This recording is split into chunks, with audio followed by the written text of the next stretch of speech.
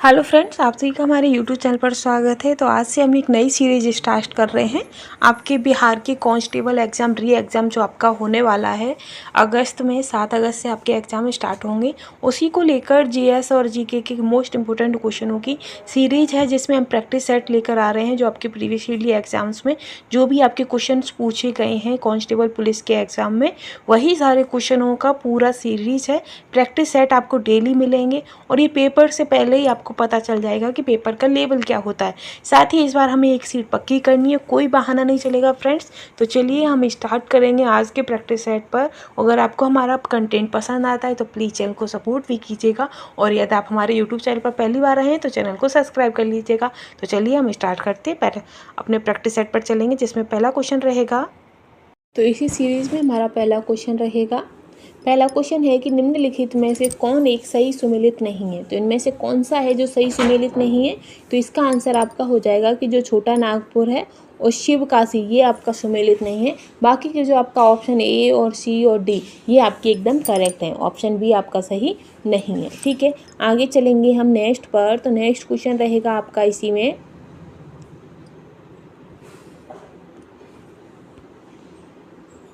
Next question है कि जो कोल बांध परियोजना का निर्माण भारत में निम्नलिखित में से किस नदी पर हुआ है? तो जो कोल बांध परियोजना का जो निर्माण है वो सतलज नदी पर हुआ है। किस पर हुआ है? सतलज नदी पर। ठीक है, आगे रहेगा आपका नेक्स्ट क्वेश्चन। नेक्स्ट क्वेश्चन में पूछा गया है कि भारत की निम्न झीलों में से कौन आसाम, तो ये होगा आपका आसाम। क्या होगा? आसाम होगा। साथ ही कौन सी झील है जो कि आपकी असम में अवस्थित है जो आपकी, तो ये इसका आंसर हो जाएगा जो चपनाला झील है वो आपकी असम में अवस्थित है, चपनाला झील। ठीक है, आगे रहेगा आपका कि यदि ग्रह की कक्षा दीर्घ व्रत है तो वह बिंदु जिस पर सूर्य होता है क्या कहलाएगा? तो जब कोई ग्रह होता है उसकी जो कक्षा होती है वो दीर्घ व्रत होती है, तो सूर्य कहाँ पर होगा? तो सूर्य का जो बिंदु होता है वो आपका फोकस बिंदु होता है। क्या होता है? फोकस बिंदु। ठीक है, नेक्स्ट रहेगा इसी श्रृंखला में क्वेश्चन कि निम्नलिखित में से कहाँ अंतर्राष्ट्रीय समुद्री संगठन का मुख्यालय है? तो अंतर्राष्ट्रीय समुद्री संगठन का जो मुख्यालय है वो आपका लंदन में है। ठीक है, आगे है नेक्स्ट क्वेश्चन। नेक्स्ट क्वेश्चन रहेगा आपका कि भारतीय संविधान के निम्नलिखित में से किस अनुच्छेद में यह व्यवस्था की गई है कि सभी अल्पसंख्यकों को अपनी रुचि की शिक्षण संस्थाओं की स्थापना व प्रशासन का अधिकार है? तो ये किस संविधान में कहा गया है कि कोई भी अगर अल्पसंख्यकों को यह व्यवस्था की गई है कि सभी को अल्पसंख्यकों को अपनी रुचि के शिक्षण संस्थानों की स्थापना व प्रशासन का अधिकार है। तो ये अनुच्छेद 30 के अंतर्गत कहा गया है। ठीक है, आगे आपका रहेगा नेक्स्ट क्वेश्चन कि राष्ट्रपति की मृत्यु होने या इस्तीफा देने पर राष्ट्रपति का जो कार्यभार होगा, जो कार्यकाल है कि कार्यभार का जो पालन है वो उपराष्ट्रपति कब करेंगे? तो वो उपराष्ट्रपति होते हैं वो अधिकतम 1 वर्ष की अवधि तक कर सकते हैं। अगर राष्ट्रपति की मृत्यु हो जाती है या राष्ट्रपति इस्तीफा दे देते हैं तो जो राष्ट्रपति का जो कार्यभार होता है उनका जो कार्यभार जो है वो राष्ट्रपति सिर्फ और सिर्फ 1 वर्ष तक ही संभाल सकते हैं। ठीक है, आगे रहेगा आपका कि निम्नलिखित में से कौन सा एक राज्य के नीति निर्देशक तत्वों का उद्देश्य नहीं है? तो राज्य के जो नीति निर्देशक तत्वों का जो उद्देश्य नहीं है वो हो जाएगा कि यह एक धार्मिक राज्य की स्थापना करना आपका इसका उद्देश्य नहीं होता है। ठीक है, साथ ही नेक्स्ट क्वेश्चन है आपका कि निम्नलिखित में से कौन एक नए राज्यों के निर्माण के लिए संवैधानिक उपबंध नहीं है? तो इनमें से कौन सा आपका नए राज्य के निर्माण के लिए संवैधानिक उपबंध नहीं है? तो वो हो जाएगा कि एक राज्य संघ राज्य क्षेत्र शामिल कर सकेगा, ये संवैधानिक उपबंध नहीं है। ठीक है, नेक्स्ट क्वेश्चन रहेगा आपका कि निम्न में से किस एक पुरा स्थल से पाषाण संस्कृति से लेकर हड़प्पा सभ्यता तक के सांस्कृतिक अवशेष प्राप्त हुए हैं? तो वो आपका मेहरगढ़ है। कौन सा है? मेहरगढ़ है। ठीक है, आगे रहेगा नेक्स्ट क्वेश्चन कि गौतम बुद्ध की माँ किस वंश से संबंधित थी? तो जो गौतम बुद्ध की जो माँ थी वो आपकी कोलिया वंश की थी। कहाँ की थी? कोलिया वंश की थी। ठीक है, नेक्स्ट क्वेश्चन है कि उस पाल शासक का नाम बताइए जिसने विक्रमशिला विश्वविद्यालय स्थापित किया था। तो विक्रमशिला विश्वविद्यालय आपका धर्मपाल ने स्टार्ट किया था या स्थापित किया था। ठीक है, नेक्स्ट क्वेश्चन रहेगा इसी में कि सारनाथ स्तंभ का निर्माण किया था। तो सारनाथ स्तंभ का जो निर्माण है वो अशोक ने किया था। किसने किया था? अशोक ने। ठीक है, आगे है आपका क्वेश्चन कि योग दर्शन के प्रवर्तन प्रतिपादक हैं। तो योग दर्शन के जो प्रतिपादक हैं वो आपके पतंजलि हैं, सभी को पता है। आगे नेक्स्ट है आपका कि किस मध्यकालीन भारतीय शासक ने पट्टा एवं कबूलियत की व्यवस्था प्रारंभ की थी। तो पट्टा और कबूलियत की जो व्यवस्था थी वो आपकी शेर शाह ने स्टार्ट की थी। किसने की थी? शेर शाह ने स्टार्ट की थी। ठीक है, आगे आपका नेक्स्ट क्वेश्चन रहेगा कि मुगलों एवं मेवाड़ के राणा के मध्य चित्तौड़ की जो संधि थी वो किस शासक के शासनकाल में हस्ताक्षरित हुई थी। तो जो चित्तौड़ की संधि थी वो जहांगीर के शासनकाल में हुई थी। ठीक है, आगे है आपका कि निम्नलिखित में से भारतीय राष्ट्रीय कांग्रेस के किस अधिवेशन में महात्मा गांधी ने कहा था कि गांधी मर सकता है परंतु गांधीवाद सदैव बना रहेगा। तो ये उन्होंने जो कराची का अधिवेशन था 1931 में, तब उन्होंने कहा था गांधी जी ने कि गांधी तो मर सकता है लेकिन गांधीवाद नहीं मरेगा।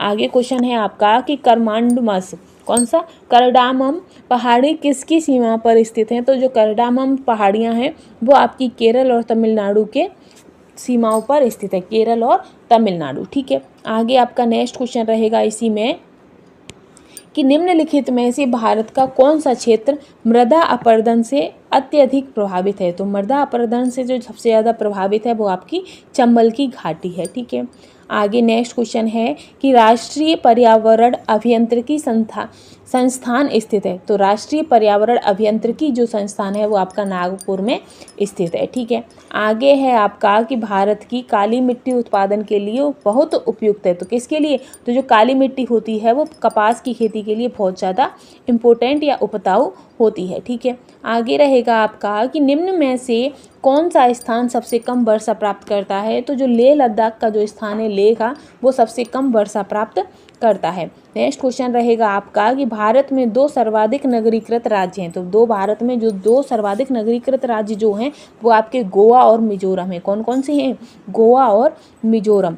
नेक्स्ट क्वेश्चन रहेगा इसी में कि वर्ष 2011 की जनगणना के अनुसार निम्नलिखित राज्यों में से किसमें सर्वोच्च साक्षरता स्तर है। तो सर्वोच्च साक्षरता स्तर आपका मिजोरम राज्य में है। ठीक है, आगे रहेगा आपका नेक्स्ट क्वेश्चन कि सौरमंडल में क्षुद्र ग्रह जो एस्ट्रॉयड होते हैं, क्षुद्र ग्रह छोटे खगोलीय पिंड हैं जो इन ग्रहों के मध्य में स्थित होते हैं। तो ये क्षुद्र ग्रह हैं वो किन किन? तो ये आपके मंगल और बृहस्पति ग्रह के बीच में पाए जाते हैं। ठीक है, आगे रहेगा आपका नेक्स्ट क्वेश्चन कि भारतीय संविधान का कौन सा भाग संविधान की आत्मा कहलाता है। तो जो संविधान के उपचारों का जो अधिकार है वो संविधान का आत्मा कहलाता है। ठीक है, आगे रहेगा आपका कि भारत का सर्वोच्च न्यायालय एक अभिलेख न्यायालय है। इसका आशय यह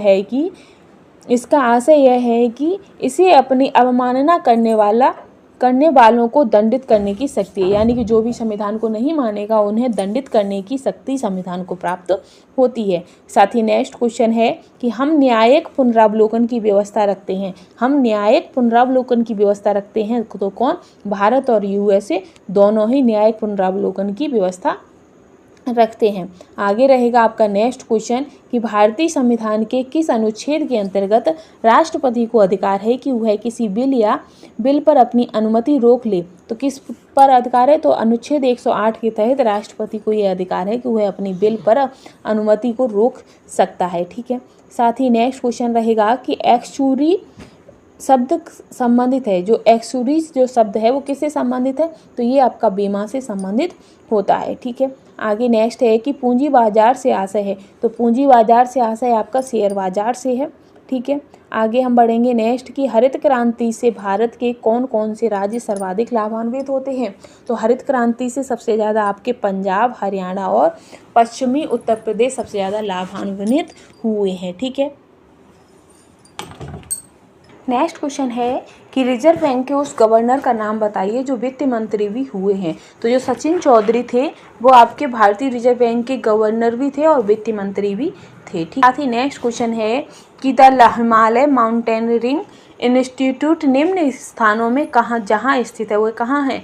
तो जो आपका द हिमालय माउंटेनियरिंग इंस्टीट्यूट है ये आपका दार्जिलिंग में स्थित है। ठीक है, आगे हम चलेंगे नेक्स्ट पर कि भारत के निम्नलिखित राज्यों में से किस राज्य का समुद्र तट सबसे लंबा है। तो जो गुजरात है इसकी समुद्री जो सीमा है वो सबसे ज़्यादा लंबी है। ठीक है, आगे रहेगा आपका कि हिमालय के हिमनदों के पिघलने की गति है तो सबसे कम है। कैसी है? सबसे कम है। इसके बाद नेक्स्ट क्वेश्चन है आपका कि इब्न बतूता भारत में किसके शासनकाल में आया था। तो जो इब्न बतूता था वो भारत में आपके मोहम्मद बिन तुगलक के शासनकाल में आया था। ठीक है, आगे रहेगा आपका नेक्स्ट क्वेश्चन कि बैंक दर से अभिप्राय उस ब्याज दर से है जो बैंकों द्वारा ऋण लेने वालों से ली जाती है। जो बैंक दर जो होती है वो उससे अभिप्राय उस ब्याज से है जो बैंकों द्वारा ऋण लेने वालों से ली जाती है। ठीक है, आगे रहेगा आपका कि भारतीय अर्थव्यवस्था वर्धित की जाती है तो किससे वर्धित की जा सकती है। तो एक विकासशील अर्थव्यवस्था से वर्धित की जा सकती है। ठीक है, नेक्स्ट क्वेश्चन रहेगा इसी श्रृंखला में कि हाल ही में प्रकाशित एक शोध पत्र में हिंद महासागर के समीप रहने वाले किस जीव के पृथ्वी पर पुनः लौटने की संभावना व्यक्त की गई है। तो जो सफ़ेद गले वाली जो रेल है, क्या है, सफ़ेद गले वाली जो व्हेल है उसकी संभावना की गई है पृथ्वी पर वापस लौटने की। ठीक है, आगे है आपका कि दी प्राउडेस्ट डे नामक पुस्तक की कहानी का संबंध किससे है। तो भारत की स्वतंत्रता से संबंध है दी प्राउडेस्ट डे से। ठीक है, आगे आपका नेक्स्ट क्वेश्चन है कि यूरो नॉर्म्स बनाए गए हैं। तो जो आपके यूरो नॉर्म्स हैं ये आपके वाहनों से निकलने वाली हानिकारक गैसों को नियंत्रित करने के लिए बनाए गए हैं। ठीक है, आगे आपका नेक्स्ट क्वेश्चन है कि नामचिक नामफुक कोयला क्षेत्र कहाँ है। तो नामचिक नामफुक कोयला जो है वो आपका मेघालय में स्थित है। ठीक है, आगे है आपका इस नेक्स्ट कि बाबा गिरिया पूजा त्यौहार मनाया जाता है। तो जो बाबा गिरिया पूजा त्यौहार है ये आपका त्रिपुरा में मनाया जाता है। ठीक है, नेक्स्ट क्वेश्चन है आपका कि प्राचीन भारत में सबसे पहला गणराज्य कौन सा था। तो प्राचीन भारत का जो सबसे पहला गणराज्य था वो आपका वैशाली था। ठीक है, इसी श्रृंखला में आगे हम चलेंगे कि गुप्त काल की एक सुंदर कार्तिकेय की जो मूर्ति है वो किस जिले से प्राप्त हुई है। तो गुप्त काल की एक जो सुंदर कार्तिकेय की जो मृत्यु है वो आपकी शाहाबाद से प्राप्त की गई है। ठीक है, आगे चलेंगे हम नेक्स्ट पर कि बिहार में संवैधानिक शासन कब प्रारंभ हुआ था। तो बिहार में जो संवैधानिक शासन है वो आपका 1937 में स्टार्ट हुआ था। आगे है नेक्स्ट क्वेश्चन कि बिहार विधानसभा में निर्वाचित सदस्यों के लिए कुल कितने स्थान निर्वाचित होते हैं। तो जो बिहार विधानसभा में जो निर्वाचित सदस्यों के लिए जो कुल संख्या है वो आपकी 243 है। ठीक है, आगे आपका नेक्स्ट क्वेश्चन है कि बिहार सरकार द्वारा चलाई जा रही मुख्यमंत्री उद्यमी योजना जो है वो किससे संबंधित है। तो ये आपकी BPL परिवारों से संबंधित है। ठीक है, नेक्स्ट क्वेश्चन है कि रामधारी सिंह दिनकर निवासी थे। तो जो रामधारी सिंह दिनकर थे वो आपकी समरिया के निवासी थे।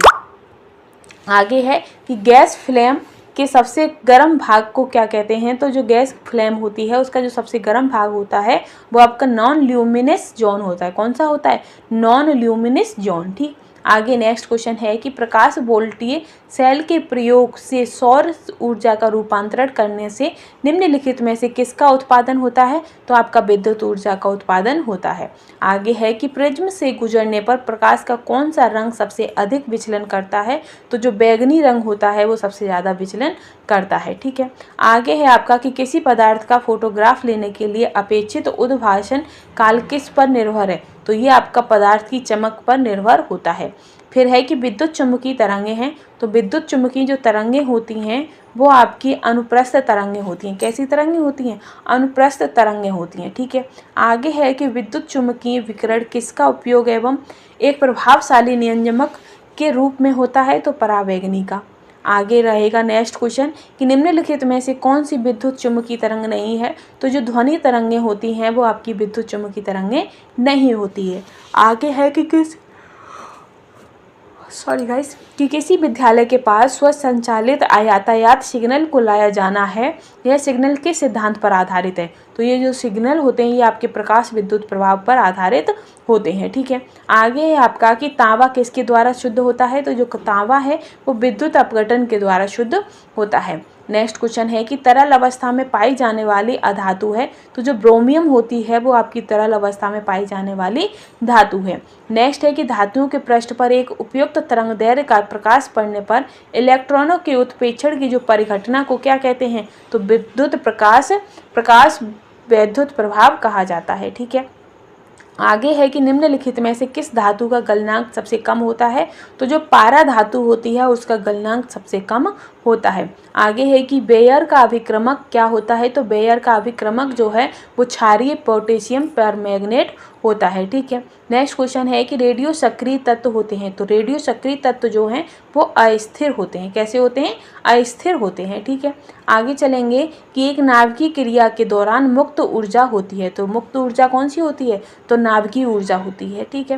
नेक्स्ट है कि औषधियों और उनके कार्य का अध्ययन कहलाता है, तो उनके जो कार्य का अध्ययन होता है वो आपका औषधि विज्ञान कहलाता है। आगे है कि तम्बाकू में निम्नलिखित में से क्या होता है, तो तम्बाकू में निकोटीन होता है। आगे है कि लोह की कमी से कौन सा रोग होता है, तो लोह की कमी से आपका गाइटर रोग हो जाता है।